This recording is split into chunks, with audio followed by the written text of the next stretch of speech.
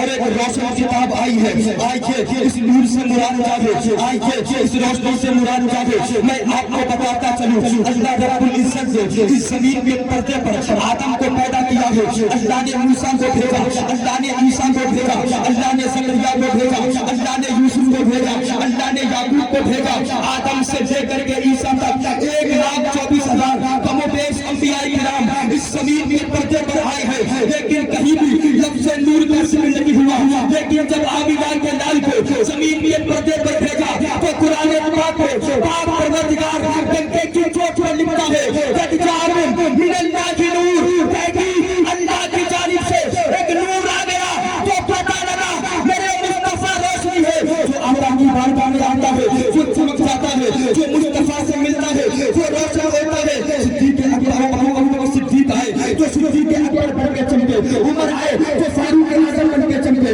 عثمان آئے جو ذوالنورین بن کے چمکے، مولا کائنات آئے جو شجاعت کا تاج لے کر کے چمکے۔ اللہ اکبر کبیرہ آئے کے آگے بڑھ گئے، عبد القادر آیا ہے جو غوث اعظم بن کے چمکا، معین الدین آیا جو غریب نواز بن کے چمکا، صابر پاک آیا جو علاؤالدین بن کے چمکا۔ آپ تاریخ کا مطالعہ کریں، جب سے میرے مصطفیٰ نور بن کر اس زمین کے پردے پر تشریف لائے ہیں، چاند مصطفیٰ سے چمک گیا، سورج چمک گیا، تارے چمک گئے، زمین چمکی، آسمان چمکا، زمین کا ذرہ ذرہ مصطفیٰ کے نور سے چمکا۔ بریلی کا امام قلم کو اٹھاتا ہے اور لکھتا ہے زمن مجھ سے پاتے ہیں، سب پانے والے میرا دل بھی چمکا دے، چمکانے والے برسنا نہیں، دیکھ کر اپنے رحمان بدے پر دل برسا دے، برسا دے۔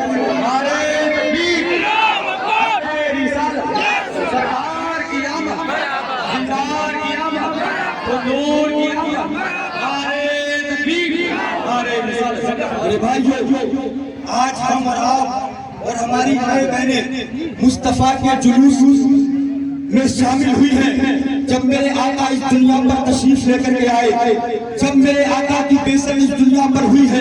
آئیے دنیا کا جائزہ لیجئے۔ اگر کوئی کسی کو کوئی چیز عطا کرتا ہے تو اس کا احسان نہیں دکھاتا، اس کا احسان دکھاتا ہے، لیکن پاک پروردگار نے تمہیں باپ دیا، پاک پروردگار نے تمہیں ماں دی ہے، پاک پروردگار نے تمہیں بھائی دیا ہے، تمہیں بہن دی ہے، تمہیں بیویاں دی ہے، تمہیں بچے دیے ہیں، زمین دی، آسمان دیا، چاند دیا، سورج دیا، تارے دیے، تمام چیزیں رب نے تمہیں عطا کی ہے، لیکن کہیں بھی اللہ نے یہ نہیں فرمایا اے میرے بندے میں نے تجھے باپ دیا ہے، تجھ پر احسان کر دیا، تجھے ماں دی ہے، تجھ پر احسان کر دیا، تجھے زمین کا بچھونا دیا، تجھ پر احسان کر دیا، آسمان کا شامیانہ دیا، تجھ پر احسان کر دیا، سورج کی چمک دی ہے، تجھ پر احسان کیا ہے، چاند کی روشنی دی ہے، تجھ پر احسان کیا۔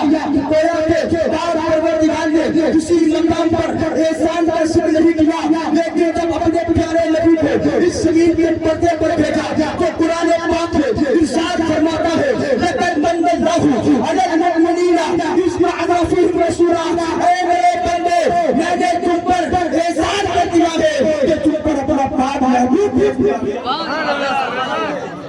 اتنا پیارا وہ نبی ہوگا،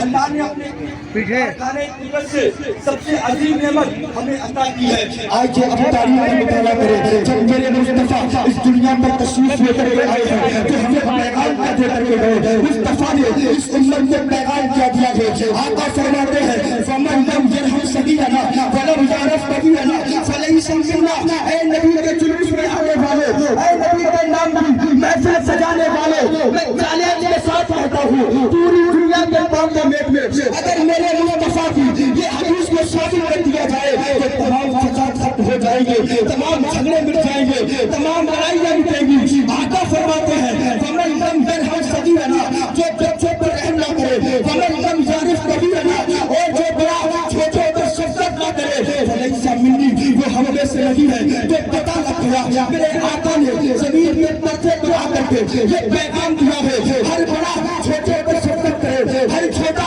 بڑے کی عزت کرے۔ میرے آقا کا یہ قانون ساری کائنات کو پیغام دیتا ہے، اے دنیا کے لوگوں مجھ سے محبت کرنے والوں اس پیغام پر عمل کرتے چلے جاؤ، اللہ تمہیں کامیابی دیتا چلا۔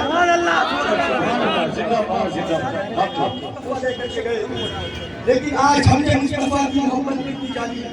ہم نے آقا سے پیار کرنا کیا، کبھی ہم نے سوچا ہے یہ